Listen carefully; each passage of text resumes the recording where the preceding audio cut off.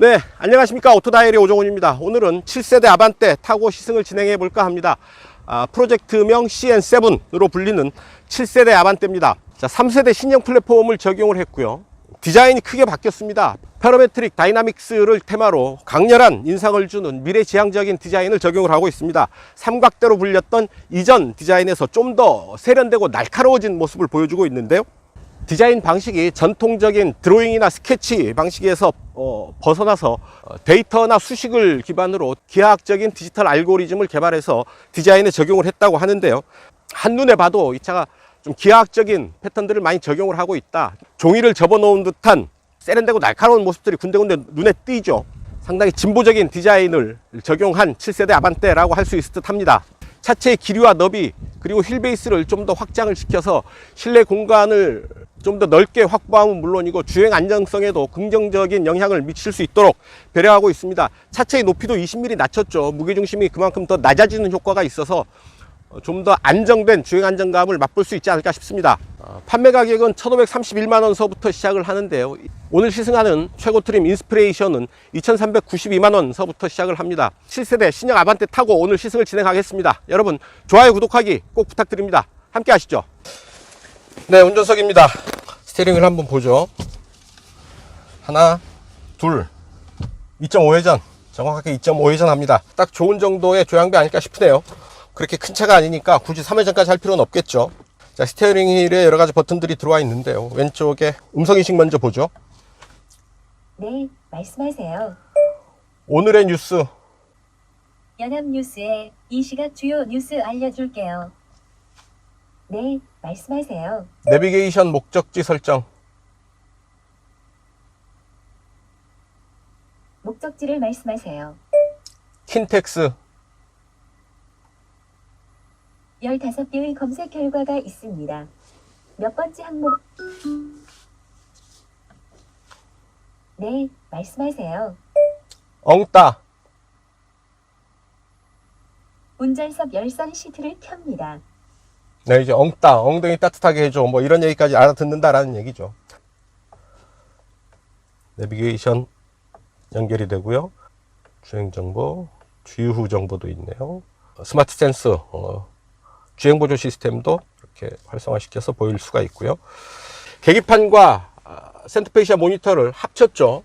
이음새를 잘 연결시켰어요. 그랜저에서였나요? 이 이음새가 상당히 거칠었는데요. 그런 부분 없이 이음새를 잘 연결하고 있습니다. 각각 10.25인치 모니터를 통해서 계기판과 센터페시아 내비게이션 모니터를 구성을 하고 있습니다.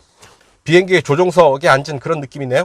센터페시아 내비게이션 모니터를 운전석 쪽으로 약 10도 정도 꺾었습니다. 그래서 운전자가 좀 더 잘 볼 수 있고요. 마치 어떤 그 커브 모니터를 보면 몰입감이 있다 그러죠. 마치 그런 커브 모니터를 보는 것처럼 계기판과 정보 표시창에 좀 더 몰입할 수 있는, 집중해서 볼 수 있는 그런 효과가 있겠습니다.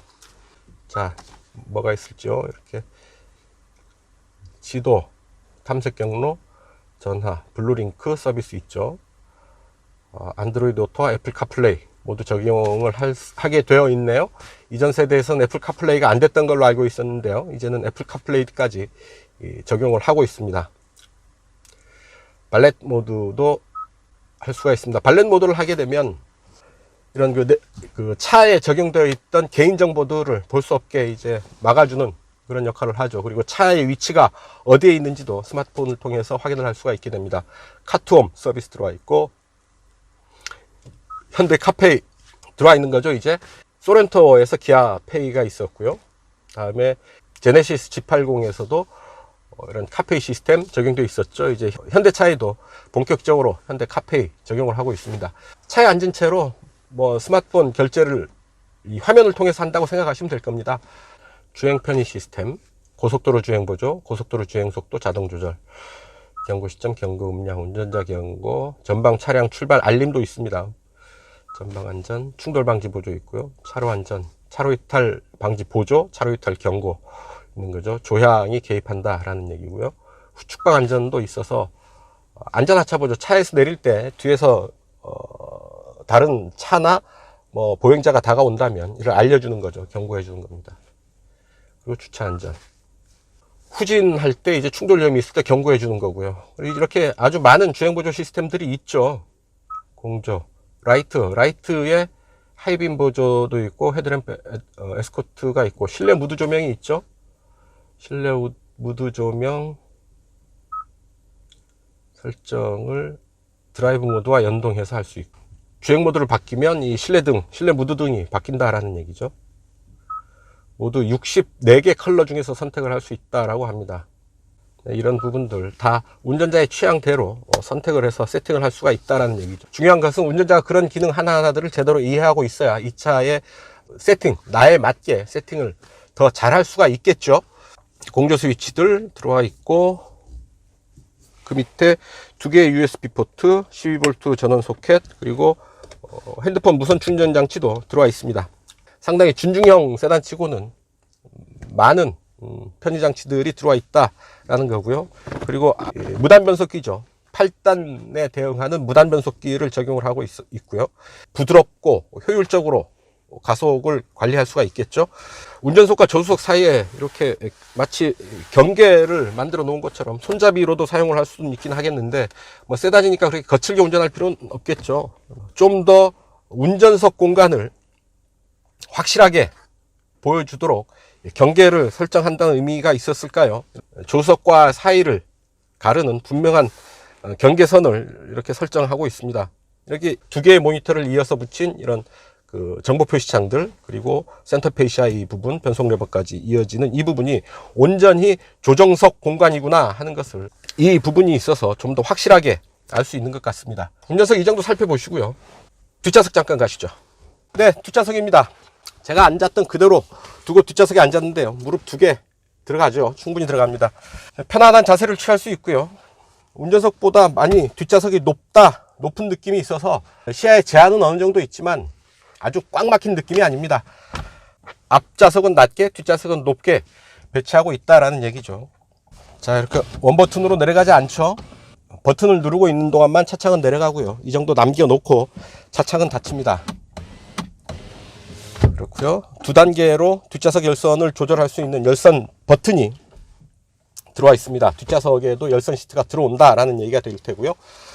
센터 콘솔 뒤로 뒷좌석을 위한 에어벤트 통풍구 들어와 있습니다. 통풍구 아래로 뭐 USB 포트를 연결할 수 있거나 12V 소켓 이런 부분들이 있을 수 있는데, 그런 부분들 모두 생략되어 있습니다. 암레스트를 내리면 2개의 컵홀더 정도가 마련되어 있습니다. 자, 머리 위 헤드 클리어런스. 자, 주먹 세워서는 빡빡하죠. 자, 손바닥 2개 꽉 차게 들어가는 그런 정도의 공간입니다. 뭐 그렇게 머리 위 압박감 크다라는 느낌은 없고요. 준중형 세단으로서 이 정도 공간을 확보했다고 한다면 나름 만족할 만한 공간이 아닌가 싶습니다. 특히나 이 차 차체 길이와 휠 베이스를 좀 더 늘렸죠. 이전 세대보다 늘려서 실내 공간을 좀 더 넓게 확보했다 싶은 겁니다. 차체의 높이도 20mm를 낮췄죠. 상당히 제한될 수 있는 공간임에도 불구하고 그렇게 좁지 않게 뒷좌석 공간을 확보하고 있습니다. 센터 터널은 뭐 제 손가락 높이 정도로 센터 터널이 좀 솟아 있는데, 어차피 뒷좌석 가운데 공간 이렇게 편한 자리일 수는 없기 때문에 말이죠. 잠깐 앉아보면 뭐 이런 정도 자세가 됩니다. 머리가 천장에 닿을락 말락 하는 정도가 되고요. 약간 솟은 느낌, 뒷좌석 가운데 자리, 그렇게 편한 자리는 아니어서 뭐 급할 때 혹은 어쩔 수 없을 때 이용할 수 있는 최후의 시트 정도로 생각을 해야 되겠죠. 실내 등은 이 부분에 들어와 있고요. 선루프는 운전석에만 적용되어 있어서 뒷좌석에서는 선루프를 통해서 차창 밖 시야를 즐기기에는 좀 한계가 있고요. 네, 뒷좌석 코멘트 여기서 정리합니다. 본격적으로 달리면서 시승 진행해 보도록 하죠. 이제 앞으로 갑니다. 첫 움직임이 무척 가볍네요. 가속 페달은 아주 가볍게 밟힙니다. 거의 저항이 없고요. 무척 조용하네요. 가솔린 1.6 스마트 스트림 엔진을 사용을 하고 있죠. 123마력의 힘을 내는데요. 7세대 아반떼입니다. 준중형이죠. 차들이 점점 커져서요. 이제 준중형이 크기로만 보면, 사이즈로만 보면 이제 중형들과 거의 맞먹을 정도로 사이즈가 점점 커지고, 물론 중형은 또 그 위에 위급 준대형 세단들과 맞먹을 정도로 못 들었습니다. 덩치가 커지죠. 자, 그렇게 차들이 점점 커져서 준대형이라고는 하지만 중형급과 맞먹을 정도로 차체가 커지고 있다라는 얘기죠. 30mm 길이를 더 키웠고요. 옆으로도 4820mm, 20mm를 더 폭을 키웠습니다. 높이는 1420mm로 20mm를 낮췄습니다. 그래서 길고 넓고 조금 낮아진 그런 프로포션, 그런 비례를 완성하게 되는데요. 그것만 보더라도 이 차가 조금 더 넓어졌을 테고, 높이가 낮아지면서 그만큼 무게중심도 따라서 낮아졌겠죠. 낮아진 무게중심, 그 편안한 승차감, 우수한 고속주행 안정감 미루어 짐작할 수 있지 않을까 싶은데요. 준대형 세단 시장이 상당히 이제 중형에 못지않게 볼륨을 키우고 있죠. 하지만 또 하나 의미 깊게 이 차를 봐야 될 것은 현대자동차 세단 라인업의 막내라는 얘기입니다. 현대차 세단의 마지노선이라는 얘기죠. 액센트가 이제 판매되지 않죠. 단종됐고 i30도 있죠. i30와 아반떼가 현대차 라인업의 가장 아래 부분에 위치하는 그런 차가 된 겁니다. 좀 아이러니하죠. 차체는 커지고 있는데 아래급이 비워지면서 덩치 커진 막내인 거죠. 아반떼를 통해서 소형차의 전멸을 실감을 합니다. 또 하나 이 차 국내 시장도 중요하지만 해외, 특히 북미 시장에서 상당히 중요한 의미를 갖는 차죠. 월드 프리미어로 출시하는 신차 발표회는 미국에서 진행이 됐죠. 그게 의미하는 바가 무엇이냐 하면 그만큼 어떤 그 국내 시장 못지않게 해외 시장, 특히 북미 시장에 포커싱을 한 차다라는 얘기죠. 해외 시장에서도 상당히 큰 인기를 얻고 있는 이런 모델입니다. 미국에서는 엘란트라로 팔리고 있죠. 노면의 충격, 노면의 자라는 충격, 툭툭툭툭 밟고 넘어가는데요. 그냥 무심하게 밟아 넘어가는 그런 느낌입니다. 아주 거칠지도 않고 그렇게 편안하게 넘어가는 것도 아니고요. 어느 정도 적당한 정도의 쇼크 감쇄를 하면서 무심하게 넘어가는 그런 느낌 정도로 말씀을 드려봅니다. 자, 자유로 본선에 들어왔고요. 자, 시속 70, 80 정도의 속도죠. 차체에 부딪히는 바람 소리라기보다는 오늘 바람이 좀 부는 날인 것 같아요. 바람 소리는 평소보다 좀 더 크게 들리는 듯 합니다. 전체적으로 가볍고 경쾌하다라는 느낌을 받습니다. 자, 7세대로 진화를 했죠. 디자인이 대폭 바뀌었지만 파워트레인은 이전 모델의 파워트레인을 그냥 이어서 쓰고 있습니다. 3세대 플랫폼을 적용해서 스마트 스트림 1.6 엔진을 사용을 하고 있고요. 최고 출력 123마력, 공차 중량 1230kg, 마력당 무게비 10kg, 이런 정도 힘의 균형, 파워 바란스를 보여주고 있는데요. 툭 밟아봤는데 아주 팡팡 치고 나가는 그런 강한 힘은 아니지만 필요한 만큼의 힘을 꾸준하게 보여주고 있습니다. 주행 모드를 변경을 할 수가 있죠. 스포츠 모드입니다. 툭툭 가속 페달을 툭툭 밟아보면 좀 더 텐션이 강한, 긴장감 있는 즉각적인 반응을 한다는 것 보일 수가 있고요. 자, 스마트 모드에서는 차가 알아서 판단을 해주죠. 가속 페달을 깊게 밟으면 좀 더 강한 스포츠 모드와 같은 그런 강한 반응을 보여주고요. 가속 페달을 얕게 밟으면 거의 반응이 없습니다. 밟거나 말거나 에코 모드처럼 반응을 하는 거죠. 그래서 주행 모드를 선택하는데 뭐를 선택해야 되지? 뭐 애매하면 그냥 스마트 모드를 택하면 차가 알아서 대응을 해주지 않을까 싶습니다. 노말이 있고요. 에코가 있습니다. 에코 모드 진짜 가속 페달 진짜 반응을 안 하네요. 너는 밟아라, 나는 나대로 간다, 뭐 이런 느낌인 거죠. 후방 카메라를 이렇게 활성화 시켜서 뒷모습, 차의 후방 모습을 이렇게 확인을 할 수가 있죠. 카메라를 통해서 확인을 할 수가 있습니다. 과속을 막기 위해서 노면에 자잘한 굴곡을 계속 주고 있는 부분인데요. 늘 이 지역 시속 80km 정도로 지나가 보는데요. 소리가 나게 만든 도로니까요.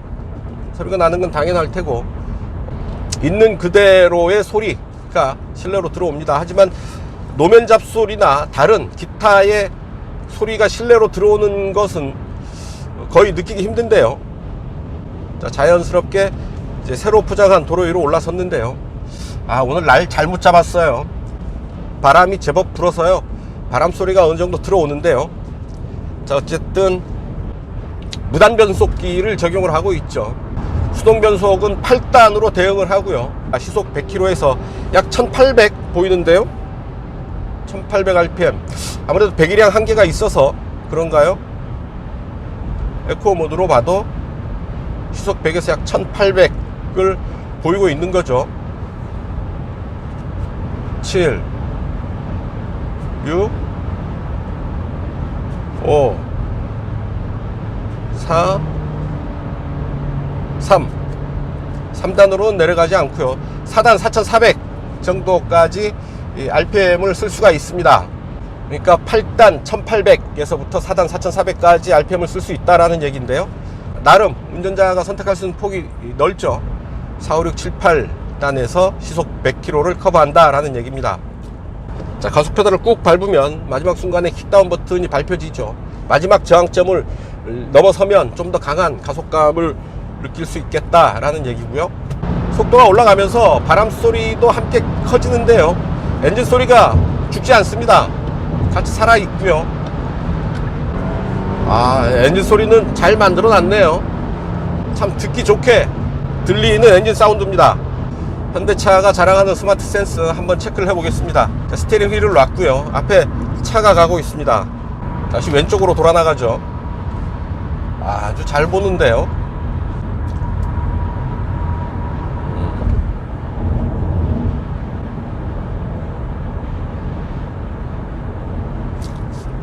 자, 경고가 나오고요. 차선을 밟는 일이 없네요. 차로의 중앙을 잘 유지하면서 움직이고 있습니다. 테스트를 위해서 제가 핸들에서 손을 놓고 있는 거지만 운전할 때는 스티어링 휠에서 손을 떼서는 안 되죠. 하지만 힘을 줘서 강하게 스티어링 휠을 조작한다기보다 이렇게 스마트 센스 작동을 시켜서 가볍게 스티어링 휠에 손을 얹고 있으면 가속, 차간거리 조절, 그리고 차로 유지, 이런 부분 차가 알아서 편안하게 대처를 해주기 때문에 말이죠. 운전자는 그냥 아주 편하고 안전하게 이 차를 다룰 수가 있겠습니다. 고속도로 주행보조 시스템도 있죠. 크루즈 컨트롤로 가다가도 커브길, 또 진출입로, 카메라가 있는 지역에서도 속도를 줄여줍니다. 스티어링 휠을 가볍게 쥔 채로 움직이면 마치 내가 운전하지 않는데 팔을 포개서 같이 운전하는 그런 느낌을 받게 되는 거죠. 처음에 이 부분을 경험하시는 분들은 때로는 어색하다라는 느낌을 받을 수 있을 텐데요. 적응하고 나시면 상당히 차에 대한 신뢰를 갖게 되는 그런 부분이 되죠. 하지만 분명한 것, 아직은 운전의 최종 책임 운전자에게 있다라는 사실이죠. 현대차의 주행보조 시스템, 양산차 중에서 거의 최고 수준의 주행보조 시스템이라고 해도 과언은 아니겠습니다. 상당히 이런 부분이 현대차의 강점이 되죠. 속도를 좀 올려보는데요. 이렇게 빠른 속도에서도 조향 보조를 하네요. 속도를 쭉 끌어올리는데요. 123마력의 힘, 그렇게 강한 힘은 아니죠. 하지만 차근차근 제법 빠른 속도까지 속도를 올려주고 있습니다. 체감 속도와 실제 속도 간의 차이 그렇게 많지는 않습니다. 123마력의 힘을 끝까지 잘 끌어내면서 좀 쥐어짜는 그런 느낌일 수도 있고요. 힘을 끝까지 쥐어짜면서도 속도는 생각만큼 그렇게 높게 올라가지는 않고요. 차체의 높이를 20mm 낮췄죠. 그리고 시트 포지션도 좀 더 낮출 수 있어서요. 노면에 좀 더 다가앉은 그런 느낌, 밀착감, 그런 부분 느낄 수 있습니다. 하지만 고속주행 구간에서는 그런 부분들이 좀 약해지죠. 아무래도 차체의 거동이 좀 불안해지는 면이 증폭되기 때문에 고속주행에서는 시트 포지션이 낮다라는 느낌보다는 좀 불안감이 증폭된다라는 느낌이 좀 더 크게 다가옵니다. 속도를 높이면 아무래도 소리가 주는, 또는 차체 흔들림이 주는 약간의 불안감이 커지는 것을 느낄 수 있고요. 고속주행 안정감이 그렇게 좋은 차는 아니다 싶네요. 편안하게 달릴 수 있는 준중형 세단, 주행 속도만큼의 체감 속도를 보인다 정도로 얘기를 할 수 있을 듯 합니다. 빨리 달리고 고속 질주를 하고 좀 강한 드라이브를 하는 차는 아니다 싶은 생각이 듭니다. 하지만 가을에 아반떼 N이 이제 준비 중이라고 하죠. 하이브리드와 더불어서 N9이 이제 준비 중이라고 하니까 좀 더 효율에 포커싱을 한 하이브리드, 그리고 좀 더 파워풀한 N 라인도 이제 출시된다고 하니까 취향에 따라서 고를 수 있는 폭이 좀 더 늘어납니다. 아직은 뭐 이 정도는 내 성에 안 차라고 하시는 분들은 조금 더 기다리면 올가을에 좀 더 강한 모델, 좀 더 효율적인 모델 나온다라는 얘기 말씀드립니다. 자, 시속 100km에서 제동 한번 해보겠습니다. 100이죠. 크루즈 컨트롤 100에 맞췄고요. 자, 하나, 둘, 셋. 좀 강한 제동 반응 보이네요. 비상등이 켜지고요. 타이어가 좀 소리를 지르죠. 좀 힘들어하는 것 같기는 합니다. 하나, 둘, 셋. 자, 아주 강한 제동을 걸어봤는데 차가 속도와 무게를, 차체의 무게를 잘 견뎌내면서 그렇게 거칠지 않게 제동을 하고 있습니다. 다만 타이어 소음이 좀 어느 정도 들린다 라는 얘기고요. 자, 쭉 달리고요. 이제 고속 코너 한번 시도를 해봅니다. 자, 속도를 충분히 끌어올렸고요. 이제 코너 한번 들어가 보겠습니다. 이 차 앞바퀴 굴림이죠. 무게중심이 상당히 앞으로 쏠려 있는 앞바퀴 굴림 세단인데요. 코너에서 어떤 특성을 보일죠. 속도를 끌어올리고 제동, 턴, 상당히 가볍게 돌아갑니다. 상당히 강한 코너를 시도해 봤는데요. 타이어가 살짝 비명을 지르긴 했지만 특히 앞에 쏠리는 무게를 서스펜션과 타이어가 잘 받아주고 있지 않나 싶습니다. 살짝 부드러운 느낌, 그리고 앞으로 쏠리는 그런 느낌 없지 않아 있지만 차의 뒷부분이 그냥 그립을 확보하지 못하고 힘없이 따라오는 그런 느낌은 없지 않아 있지만 조향이 크게 흔들림 없이 안정된 조향 상태를 유지하면서 코너를 빠르게 잘 돌아 나왔습니다. 두 가지 측면이 있죠. 기계적인 장치로서의 자동차, 123마력의 힘을 내는 직렬 4기통 1.6 가솔린 엔진과 무단 변속기가 만들어내는, 그리고 서스펜션이 조화를 이뤄서 만들어낸 차체의 거동, 흔들림, 뭐 이런 부분들, 기계 장치로서의 자동차가 있을 테고요. 또 하나는 이런 그 디바이스로서의 자동차도 이제는 무시 못하죠. 하나의 전자장치로서 얼마만큼 많은 어떤 그 편의 장비들을 갖추고 있는가. 카페이 같은 거는 다른 브랜드에서는 만나기 힘든 그런 기능이죠. 현재로서는 주행 하차 후 최종 목적지 안내, 뭐 디지털 키, 이런 부분들이 의미하는 것, 결국 자동차에 아주 많은 이런 그 디지털 기술들, IT 기술들이 들어와 있다라는 얘기죠. 하나의 디바이스로서도 의미 있는 진화를 계속하고 있다라는 얘기입니다. 그런 면에서 볼 때 어떤 그 준중형 세단에서 이 정도의 주행 및 안전 장비들, 편의 장비들, 디지털 기술들 충분하게 담겨져 있다라는 면이 있고요. 동급의 경쟁차, 뭐 국내에서 뭐 이렇다 할 게 없죠. 그렇다면 결국 국내에 들어와 있는 수입차들과 좀 견져볼 필요가 있을 텐데요. 수입차들과 견져서 크게 부족함이 없어요. 주행 및 편의 장비, 뭐 주행 보조 시스템, 이런 면에서는 훨씬 더 앞선 단계에 있다라고 볼 수도 있을 테고요. 현대기아차의 어떤 그 경쟁력이 이제 하루가 다르게 높아지고 있다라는 걸 인정하지 않을 수 없습니다. 요즘엔 현대기아차 모델들을 시승을 할 때마다 국뽕 한 대씩 맞는 기분이어서 기분 좋습니다. 자, 그래서 이 차의 가격이 얼마냐? 가솔린 스마트 트림이 가장 낮은 트림인데요. 1531만원서부터 시작합니다.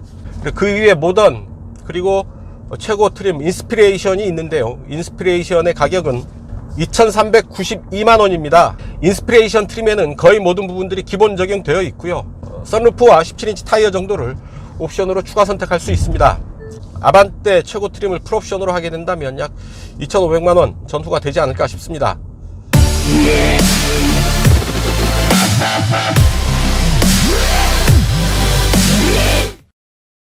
단도직입입니다. 카카오아이를 기반으로 하는 서버형 음성인식 기술은 아주 현란하고 화려한 기술을 갖추고 있지만 몇몇 부분에서, 디테일한 부분에서 허점이 보입니다. 네, 말씀하세요. 실내 온도 19도. 오늘 문산읍의 최저 기온은? 네, 말씀하세요. 실내 온도 22도. 목적지를 말씀하세요. 자, 이렇게 실내 온도를 설정해 줄 것을 요청을 하면 엉뚱한 대답을 내놓는 거죠.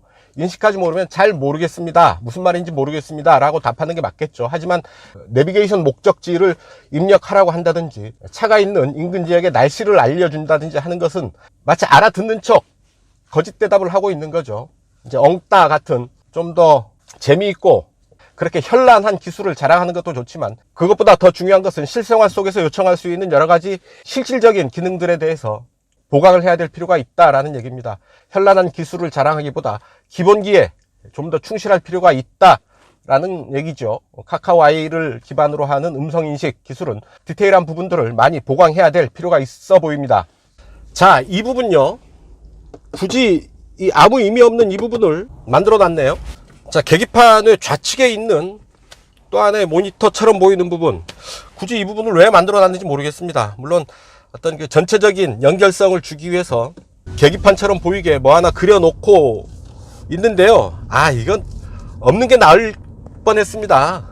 너무 좀 허접하다 라는 느낌도 있고 너무 자기적이다 라는 느낌도 있고요. 여기에 소비자들이 혹할 사람이 있을까요?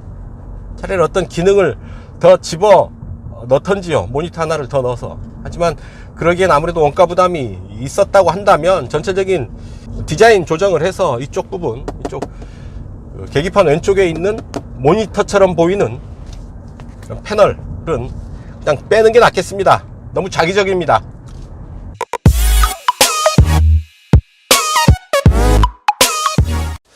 네, 제로백 테스트 하겠습니다. 시속 100km 가속 테스트를 하겠습니다. 이 차의 공차 중량 1230km, 마력당 무게비 10kg죠. 10초 내외의 가속 시간 기대할 수 있지 않을까 싶은데요. 한번 가봅니다. 에어컨 끄고요. 자, 스포츠 모드로 놓고 출발합니다. 하나, 둘, 셋.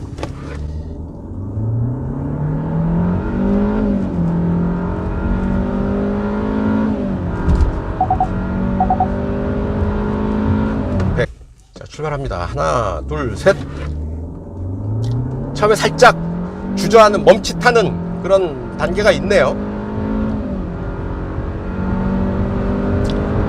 빠른 느낌은 아니고요, 꾸준하게 힘을 끌어모으면서 가속을 이어가고 있습니다.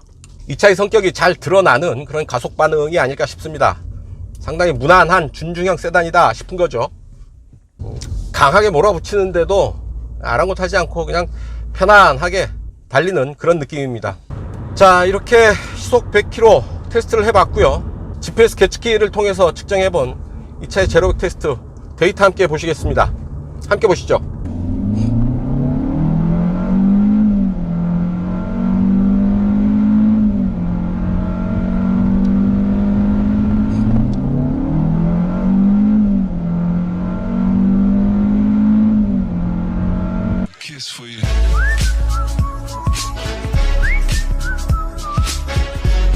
돌아가는 길에는 연비 테스트 한번 해보겠습니다.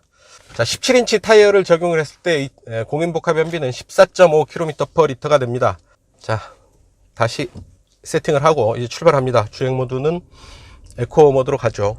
편안하게 움직이면서 이 차의 느낌들을 좀 더 디테일하게 알아보도록 하죠. 자, 날씨는 따뜻한데 그렇게 더울 정도는 아니어서요, 에어컨 굳이 틀지 않아도 되겠습니다. 이 차의 연비 효율을 향상시키기 위해서 몇 가지 짚어볼 포인트들이 있습니다. 일단 감량을 했죠. 차체의 크기를 키웠지만 이전 세대보다 45kg 정도 무게를 줄여서요, 연비를 좀 더 좋게 만들 수 있는 포인트가 되지 않을까 싶고요. 엔진 스탑 시스템은 적용되어 있지 않습니다. 하지만 에코 드라이빙 모드를 갖추고 있어서 좀 더 연비에 최적화한 주행을 가능하게 해주는 거죠. 굳이 17인치 타이어를 택하지 않고 15인치 타이어를 택하면 좀 더 좋은 연비를 만날 수도 있겠죠. 하지만 뭐 연비 때문에 15인치 타이어를 고집할 필요는 없지 않을까 싶습니다. 네, 자이로를 차분히 따라서 달려왔고요. 잠시 후면 자이로 벗어나서 고양 킨텍스 옆에 있는 현대 스튜디오 고양에 도착하게 됩니다. 연비 지금 21.9까지 올라왔는데요. 상당히 차분하고 안정되게 다루면 이 정도 연비 쉽게 만날 수 있지 않을까 싶고요. 네, 이제 자유로 벗어나서 최종 목적지 현대모터 스튜디오 고양 앞에 두고 있습니다. 약 50.7km 달렸으니까요. 평소 제가 시승하는 구간에서 연비 테스트 55km와 크게 다를 바 없죠. 중간에 한 2-3km 정도 경유지 통과를 위해서 국도를 달리기도 했으니까 큰 틀에서 보면 테스트 조건이 크게 다르지는 않을 거라고 봅니다. 뭐 어쨌든 그런 부분들 감안해서 연비를 판단하셔야 될 테고요. 에코 모드를 기본으로 아주 편안하게 교통 흐름을 따라서 운전을 했다라는 점 말씀을 드립니다. 자, 직전에 이제 신호등 멈춰서 여기서 정리하겠습니다. 연비 22.7 기록을 했습니다. 2차 공인복합 연비 14.5니까 말이죠. 아주 좋은 연비 보였다라는 점 말씀을 드립니다. 자, 7세대 아반떼 1.6 가솔린 엔진 연비 테스트 여기서 정리하겠습니다. 네, 잠시 후면 시승을 마쳐야 되는 최종 목적지가 나옵니다. 자, 오늘도 기자단 시승이었고 2시간 시승을 허락받아서요, 잠시 자유로에 나와서 달려봤습니다. 전체적으로 차의 성격이 상당히 기본에 충실한 그런 느낌을 전해주고 있습니다. 1.6 가솔린 엔진의 느낌, 123마력이라는 엔진 출력이 말해주듯이 그렇게 고성능이 아니고 기본에 충실한 중저속 구간에서 대체로 편안하지만 고속에서는 조금 힘들어하는 면도 보이고요. 아주 빠른 속도에서는 전체적으로 엔진 RPM을 조금 높게 쓰지 않나 하는 그런 느낌도 받게 됩니다. 배기량의 한계 어쩔 수 없겠다 싶은 생각이 들고요. 그래서 그런지 다른 차체의 다른 부분들도 그렇게 고성능과는 어느 정도 거리를 둔 좀 더 실용적이고 합리적인 수준에서 차체 각 부분들이 세팅되어 있지 않나 싶은 생각이 듭니다. 좀 더 합리적인 세단을 지향하고 있다 라고 보이고요. 이 차 타고 그렇게 마구 달리고 고속주행하는 부분만을 포기한다면 120-30km까지는 충분히 여유있고 편안하게 달려주는 그런 주행의 느낌 보여주고 있습니다. 이 정도의 공간, 이 정도의 성능을 확보했다고 한다면 흔히 중형 세단을 두고 패밀리 세단이라고 하는데요, 아반떼도 충분히 중형 세단의 몫을 해낼 수 있지 않을까 하는 생각이 듭니다. 어떤 자동차 본연의 움직이는 목적지까지 이동하는 움직이는 수단으로서의 자동차, 대체로 무난하고 편안한 그런 수준에서 완성하고 있고요. 하나의 디바이스로서 이 차를 볼 때 상당히 다른 경쟁차들에 비추어서 상당히 많은 그리고 완성도 높은 시스템 기능들을 적용을 하고 있어서 이 차를 통해서 자동차 이외의 디지털 기술들, IT 기술들을 느끼는 즐거움도 좀 더 크지 않을까 하는 생각을 해봅니다. 잠시 후면 최종 목적지에 도착하게 되는데요, 바로 차를 반납하고 해야 되기 때문에 따로 인사를 드리기가 쉽지 않을 것 같아서요, 오늘 시승은 여기서 정리를 할까 합니다. 오늘 시승은 여기까지입니다. 지금까지 저는 오토다이어리 오종훈이었습니다. 감사합니다. 네, 현대자동차 홈페이지를 통해서 아반떼 견적 한번 뽑아보시죠. 스마트 모던 인스피레이션 3개 트림이 있고요. 자, 최고 트림 인스피레이션 2,499만원입니다. 컬러는 어떤 색으로 할까요?